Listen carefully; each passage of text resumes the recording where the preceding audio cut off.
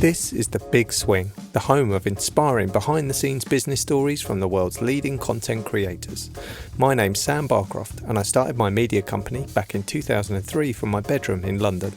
After 16 years, I sold the company, bought a farm, and settled in for my happy ever after. I love to learn from other entrepreneurial pioneers, and I founded Creativille to share insights with you from the best in the business. So, subscribe to my newsletter at creativille.co and join me here on the podcast as each week I ask a super producer to reveal the 3 most important decisions they've made in their quest for success. And at the end, I'll let you in on my top takeaway from today's very special guest. Welcome to The Big Swing.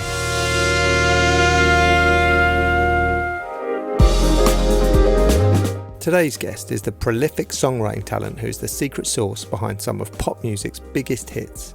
Jim Eliot has written and produced smash hit songs for Kylie Minogue, Sophie Ellis-Bextor, Ellie Leona Lewis and Halsey, to name just a few.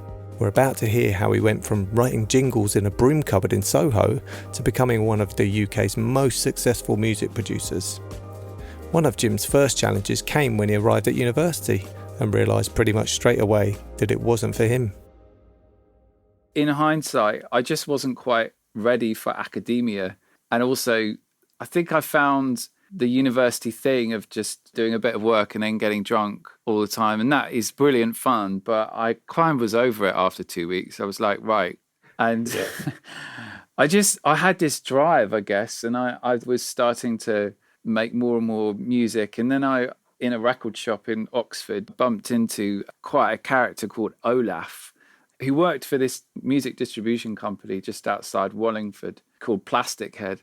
And they were like one of the sole importers of death metal, hardcore, and also really abstract techno from Berlin, and like really, really crazy. Kind of Gabba and all that type of stuff. That was more Netherlands. It was more noise records, because I was now into Steve Reich and more abstract electronica. So by then I was making strange stuff in my little bedroom studio. And Olaf said, well, can I come round and hear some of your stuff? So Olaf came round and I played him stuff and he was like, right, would you like to do an EP? And I was like, what, you mean release my stuff?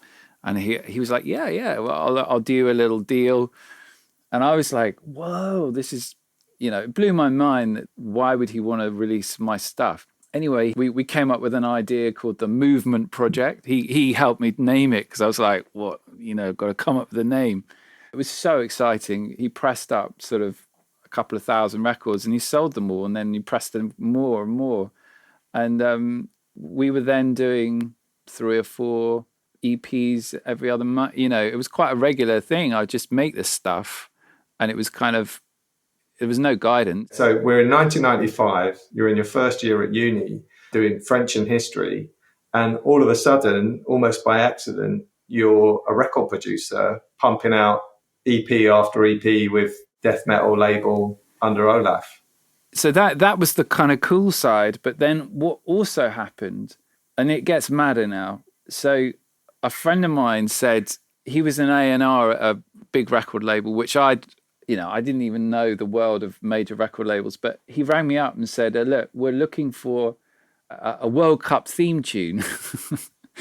So I was like, okay, well, this sounds quite a laugh. I'll have a crack. So I got I found a record of Rule Britannia, choir singing Rule Britannia, and I put a breakbeat under it and sent it in, just laughing, thinking, that's ridiculous. Anyway, they got back in touch and said, we absolutely love it. We want you to do this with Uri Geller.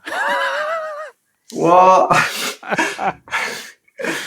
Oh my God. So suddenly I had to go for a meeting with Simon Cowell, Uri Geller, and this other guy, Nick Raymond, who was the manager of Take That.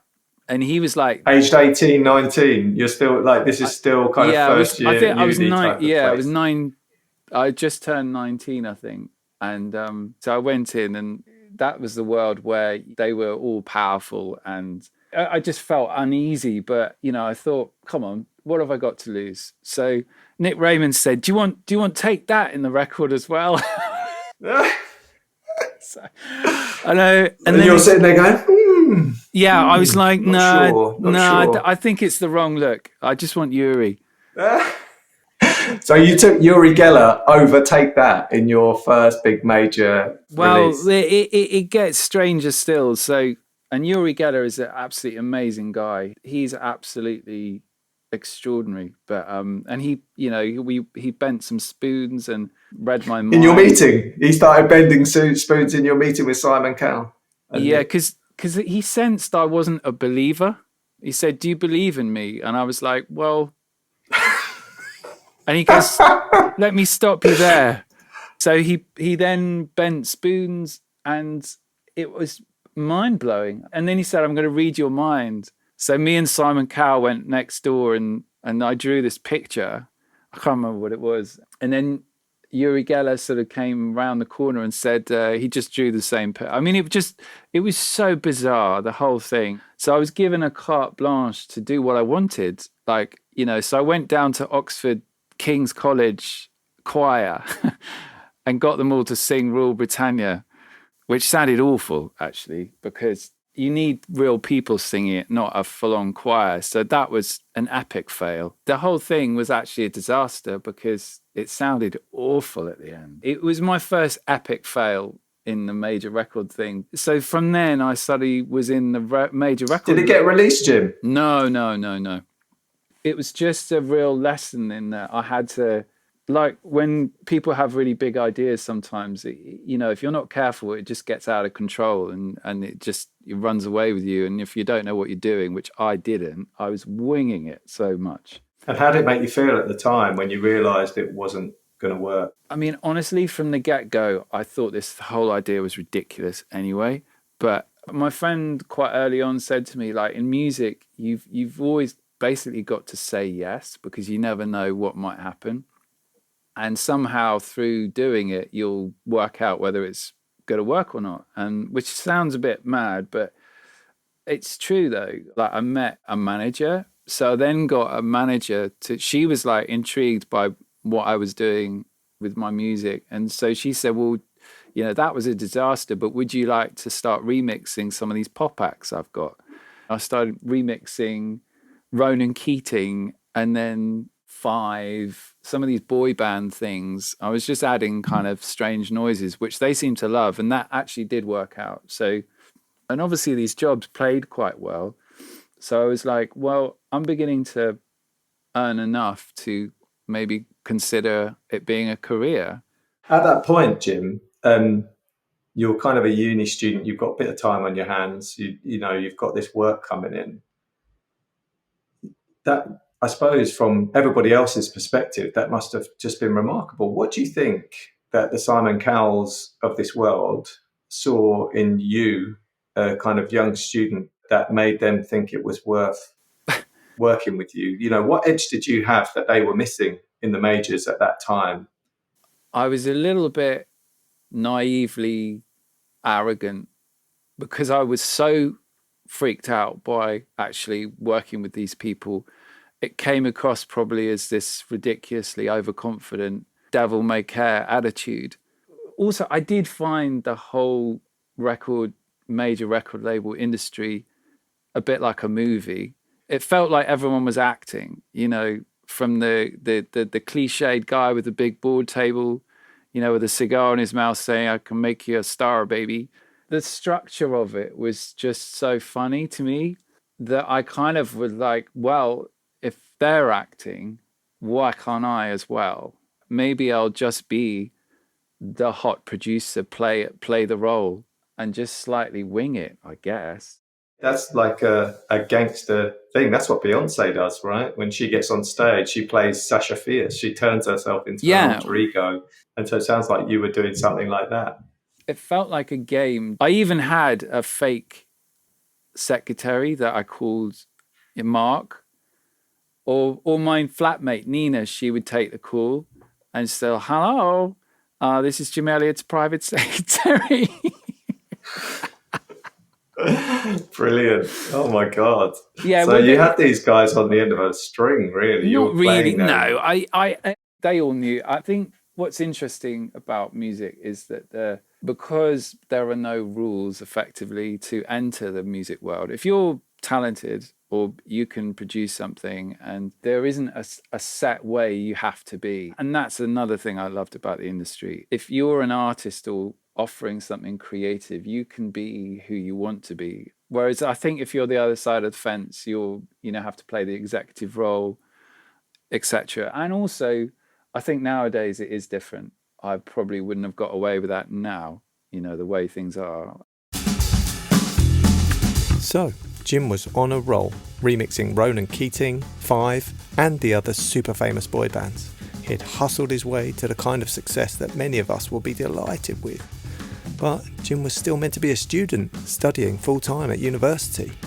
It was time for his first big swing. There came a kind of crunch time when I had to start saying no to things that I really wanted to do because I just didn't have the time. I couldn't have attended lectures. I couldn't have handed in my essay on time. And also, I'd met these lovely people at uni, really liked them, but they were aware I was just on a different path to them. And I think I just felt slightly like, this is probably not a good thing to be doing, trying to juggle these two existences, because there has to be a point that you're there to invest mentally and with people. And I was so the other way. I was like, I just want to go off to London or wherever it takes me and go for it. What did you stand to lose by walking away from university? How did your family feel about it? They were obviously really worried. They thought, you've had a good run. I mean, when I say I was being paid a lot of money, it wasn't at all a lot of money. For me, it was loads being a student, but in reality, I was being ripped off left, right and centre. It just made me feel like there was a lot more out there. When I said to my parents, I said, look, obviously it's not enough really to live on in London at all, but I've only just started. And this is like, if I was able to commit more time and energy and strategize a bit more, and then maybe I need to do this. And also, just like the film industry, it doesn't wait around for you to finish uni and get your qualifications. You have to kind of commit and you have to get your hands dirty. And I sort of wanted to cut my teeth in and learn a bit more about the craft of it. So I actually I found a little job in Brixton. It was like a dub reggae studio. They did a lot of dub reggae and also jingles, add jingles and things. So I was just an assistant, make the tea kind of. And I said to them about my predicament about being at uni and wanting to leave. And they said, well, look, we can offer you a little position here. And I was like, right, I've got myself a job, Mum and Dad. I'm leaving. Well, I suppose up until that point, you were weighing it up, were you? Figuring out the opportunity cost, as it were, exactly. Well, the main issue I think my parents had, they knew no one in the industry. They knew nothing about it. Like, my dad was, he was a city boy and he understood the dynamics of it and how it worked. And whereas music industry, it all seemed pretty dodgy, and he didn't understand that it was an industry, and therefore there were all sorts of jobs, not just pop stars, producers, but like managers, agents, tech staff, studio, live music. There was a kind of infrastructure there. So is that in your end of your first year, your kind of summer holidays? Yeah, so I had a chat to my tutor and said, look, I'm going to take a break from uni now. Because and they were cool. I can actually go back and finish my course if I want to still. Do you know what's so funny, Jim, is I did exactly the same thing. Oh, well, there you go. So I understand it 100%. I went to uni at Middlesex when I was 18 and wanted to build a music career. And I was kind of going to all these lectures during the day and then going and playing out at night and recording and setting up a recording studio at the same time. Wow. In North London. Yeah. And I certainly wasn't having the kind of commercial success that you were having. I wasn't hanging out with the Simon Cowells of this world. But what was really fascinating was the same realization that you had, which is that industry's not hanging around for you, and that if you have a moment, you've got to go and embrace it. And so I actually got a job at Rex Features, which is a press agency, filing photos and kind of coming into the media that way. No way. They offered me the summer job and gave me that same kind of little bit of security that I could use to kind of be brave enough to push away from the edge, you know. And I just couldn't stick it out for 2 more years of doing something I knew that I didn't really care about, when I had this other amazing thing that was so exciting and that I loved so much, that was there saying, come and get me. It was like I had a very enticing girlfriend on the side going, come here, come here, come here. And I couldn't focus on hanging out, like, I don't know, going punting on a river or going out clubbing all night. I was like, well, if I go clubbing all night, I can't do my thing tomorrow in my studio, or because I'll be. Sounds a bit like falling in love, Jim. Well, yeah, it's the sort of it's the evil mistress on my shoulder. We all know that nothing lasts forever, and that's especially true in the world of pop music, where fame can feel as fleeting as the weather. The kind of hot success that Jim enjoyed whilst at uni disappeared quickly, and Jim found himself adapting to a new track. I then met a very young Rob the Bank, who runs Bestival. Okay.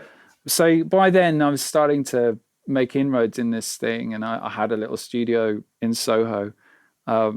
You're working for yourself by that stage? I was working in a storeroom cupboard, basically, of an ad agency, which I somehow chatted my way saying, you know, maybe I could help you out by having an in-house music, you know, and all of you guys can use, you know, I can write little jingles for you at a sort of real cut down rate. And in return, you give me the room to do my thing. So I was really well positioned in Soho, which was insanely lucky. In a broom cupboard though, Jim? Yeah, you had to duck down. I mean, it was really not... it was insane. It was underneath... Oh my God. Yeah. I was, you know, I managed to hustle my way in. And anyway, Rob the Bank, I used to run a night down in South London, Sunday Best. Anyway, he said, like, he knew I was doing jingle stuff. And he said, well, I've met the head of Bloomberg TV.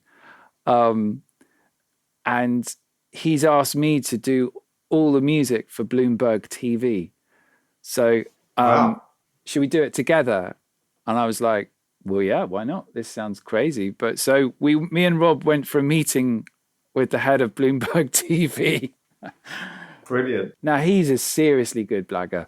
Anyway, so I watched him in action. And a brilliant DJ and an amazing entrepreneur, right? Oh, he's brilliant. Very clever, very Machiavellian kind of character. And anyway, he talked his way into this, and we started doing the music for Bloomberg, all the sort of crazy like stock picker programs, and you name it. It was all just like a bed of sound. And yeah, it was a full-on job. So I did that for about 3 years. Did you get out the broom cupboard to do that? Did they give you a bit better location? No, actually. So hold on, Jim Eliot, right? Songwriter, producer to the stars of the world, spent years in a broom cupboard making idents for financial television. Absolutely, yeah. Needless to say, Jim found a way out of the broom cupboard and onto the stage as part of his band, Quiche Mauve. They were starting to build a reputation for themselves when, after one gig, Jim had a conversation that would change his life. A sound engineer stopped us at the Dublin Castle as we were coming out. He was like this amazing sort of cool dude, sound engineer, and he said, that last song you played is a hit. And I was like, what, really? Oh, thanks, dude.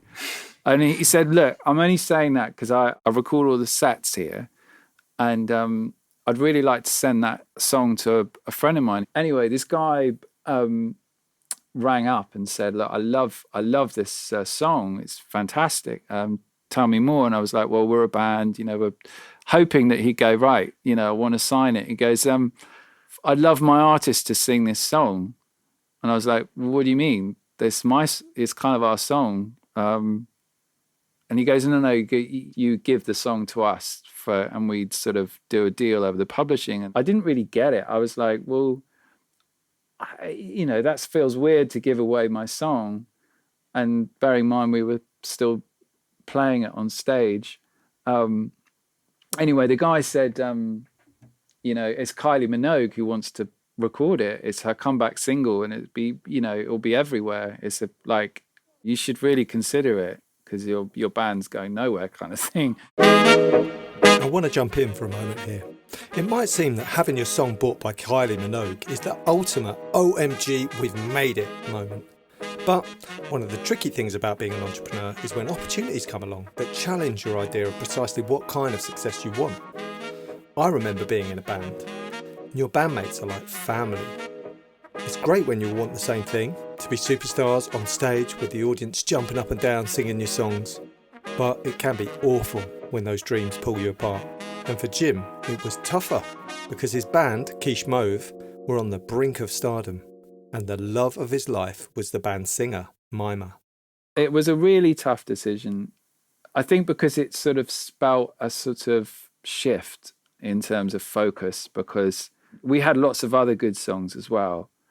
And I think, it was that realization that maybe we should potentially focus on this aspect of the band, which just to give the songs the best platform possible. And I mean, that's how I argued it, but it didn't come out quite like that. It was it was more like, oh, we hate we're going to keep on being a band and keep it all ourselves. And, but yeah, I think it was like a grown-up conversation we had to have with ourselves about, obviously, once Kylie had taken the song, it was like a major shift in terms of suddenly we were new songwriters on the block. People love a new thing, especially in creative industries. It's like if you're shiny and new, everyone is interested, How did it feel, Jim, just like to be in that kind of situation where you've had to take a big decision that was maybe quite hard on your egos? Because you'd set your mind on something slightly different, and that whole feeling that it had been a brilliant decision. Weirdly, because I'd had a little bit before in my career right at the beginning, so I kind of felt like, perhaps it's just kind of gone full circle and I'm back in that zone. And I think emotionally it was quite a toughie, because there is that question in our minds. It's like, well, could we have reached the heights of that song by ourselves? If we'd put the groundwork in, and could we have done that? Which is not really a healthy way to kind of go about thinking. You can never really go, why didn't that work and stuff? Or there was an element of sadness about sort of like our song being taken away from us. But you have to counterbalance the doors opening for us that were never there. Also, financially, it was brilliant. People are offering us publishing deals. It was like, wow, okay. Did that happen quite quickly, Jim? Yeah, it did. It did, because we were immediately got a manager after that. And obviously, definitely with music, when things go well, that's when they're really, really useful. And weirdly, when things don't go well, they're not so useful. So that's when you want them to be useful. Yeah, well, exactly. And they can't fix the problem.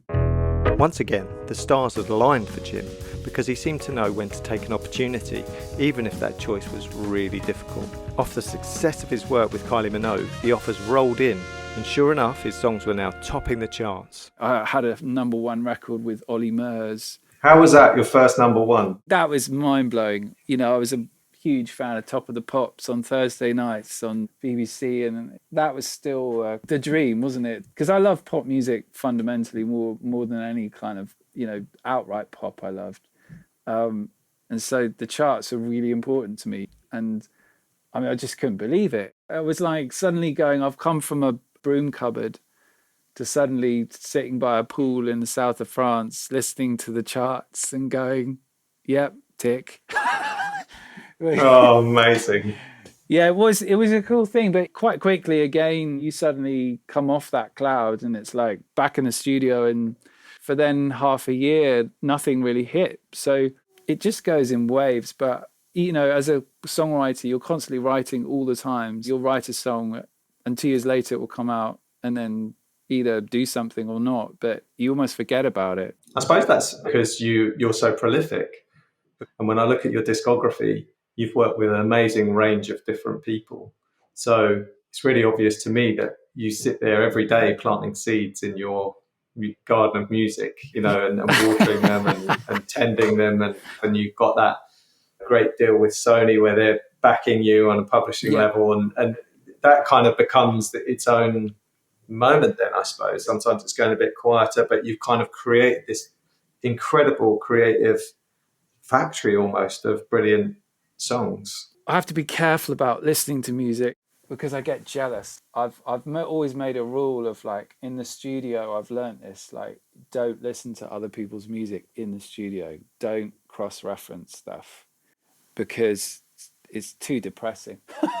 I'm fascinated, Jim. I feel the same way about other people's TV shows because I find it really difficult to watch other people's stuff because it's often, in my eyes, a bit better than the last thing I did. In TV, I'm told all the time by brilliant sages that you have to be determined enough to watch everybody else's stuff so you can essentially learn from all of it.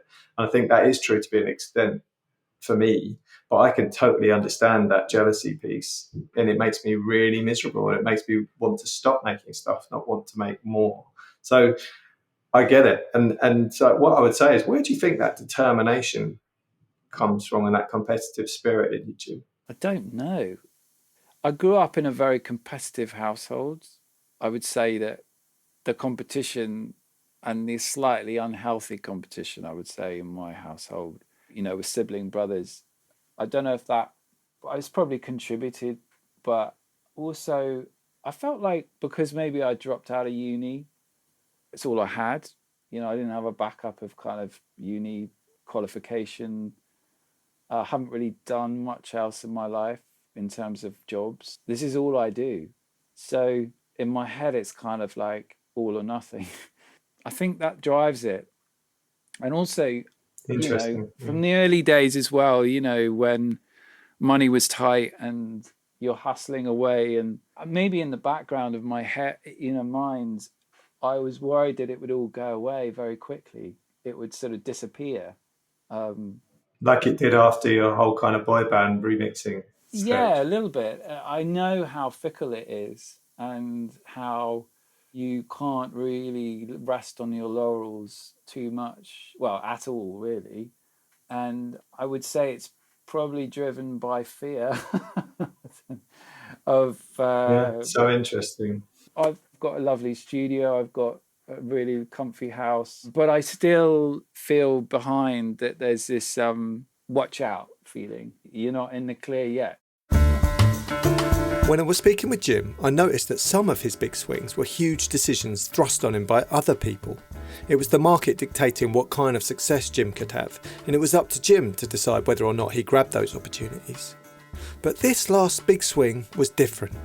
With lots of experience under his belt, Jim realised that he could start calling the shots. So this big swing is about Jim shifting his mindset. He's now actively deciding to approach things on his own terms.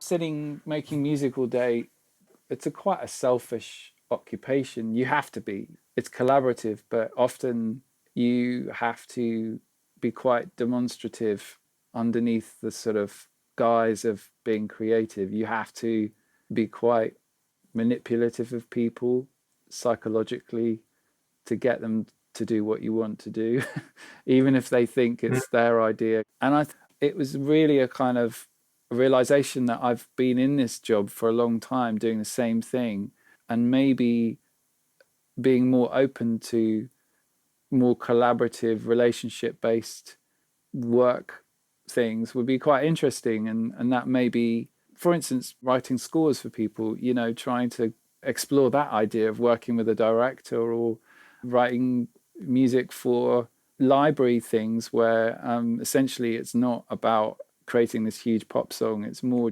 creating music for literally background stuff, or having people in the studio to learn from what I do and how I do it, and just those kind of thought processes, really. That's so interesting, Jim, because your motivations during the earlier part of your career, and you said to me briefly that you thought it was the competitiveness and the stickability was a lot to do with fear. And it really sounds like now what you're moving towards, having kind of really mastered your art of songwriting and storytelling, production through music and sound, you're kind of moving into a time of love rather than fear. Yeah, perhaps. Yeah. I think, yeah. Well, you don't have much to prove, Jim, do you? Is what I'm trying to say is, when I look at your discography, you've done amazing things and, I've got a little, I call it the embarrassing room where most English people, they don't hang up their gold discs where everyone can see them. There's a little room I have with my discs. And I went in there the other day and went, wow, yeah, there's a few things in here. So I think you're probably right. It's maybe that sense of anxiousness which drives you, essentially is slightly being replaced with a more peaceful, more considered approach to doing what I do. And that, funnily enough, that might be to the detriment of the song, perhaps, because maybe what drives the song are sometimes through those kind of edgier feelings, those kind of, oh my God, the anxiety of, whatever. But I'm okay with that. I'm kind of cool. I'm like, well, that was a long period in my life when I felt like that. And maybe now I'm in a different headspace and almost let's see what happens now. Before we hear which of Jim's big swings he felt really made the difference, I want to tell you about next week's extraordinary guest. You may not have heard of Toby Oridon yet, but she's building from the ground up a very exciting media platform called Black Ballad, especially for Black British women. If you think being an entrepreneur's hard, try raising money as a woman of colour and having to hide your pregnancy even to women investors because you think it might put them off. That's just one of the many hurdles that Toby's already overcome to achieve her success. I'm a huge admirer of Toby, and I know that after listening to our conversation on the next episode, you will be too. Now, back to Jim and his big swings. So your big swing number one was being brave enough to, leave university despite the challenges of that. The swing number two was realizing that it wasn't necessarily about being an artist and committing to being a producer, songwriter. And then swing number three is this kind of recent realization that, you want to concentrate on building relationships through your work and doing things in a different, more collaborative way. So I'd love to ask you the question, of those three big decisions, which one do you think has been most important on your life so far? Well, I'm not going to lie. I think the decision about the second big swing, I would say, because that really changed my life in terms of my identity as a creative person, the doors it opened. It was that moment when I realized that I was never going to be an artist as a band. I was going to be writing songs for people and helping them achieve their success, but they were using my work. That kind of major kind of shift was enormous, I would say. So that was my conversation with Jim Eliot, songwriter to the stars, an all-round fantastic fella. And looking back on it, I think the key thing that I learned from speaking to Jim was how important it is in business and in life to have a flexible outlook. Jim had set his heart on becoming a famous band with Quiche Mauve, and the love of his life, the wonderful mimer, was a singer in that band. And it was a really, really difficult decision for those guys to decide to sell one of their best songs to Kylie Minogue instead of trying to take it to the gold disc level on their own. And it's just a great reminder that if you really want to find your place in the world, sometimes you have to focus on solving somebody else's problem rather than focus on looking after yourself and your own dreams, especially early on in your career. And that flexibility that Jim and Mima showed back then was admirable, but it also was the right choice, because Jim's become one of the best in the business at songwriting. Mima's had a lot to do with that as well, and they've built an amazing life for them and their family on the back of becoming brilliant at what they do. And the second thing is, which I really believe in, is if you want to build a business that has long-term success in the creative industries, it helps massively if you're very nice. And Jim is amazingly nice, and so is Mima. And artists come to their home and feel so well looked after, and they feel in such great company that it enables them to do their very best work. And so being wonderful people, I think, has become Jim's secret superpower. And the combination of being nice and being flexible is, for Jim, added to an amazing level of musical talent, made him one of the most successful people in the industry. And I'm so proud of him and Mima that they've now decided to do things that they really want to do, because they've got nothing to prove to anybody professionally anymore. And it's great to remember that if you're willing to be flexible early in your career, later on, in the middle of your career, towards the end, you probably put yourself in a position where you can do exactly what you want. And so that's my big takeaway from Jim Elliot. Be flexible earlier on, learn your trade, work your butt off, and then further down the track you'll be able to do exactly what you want.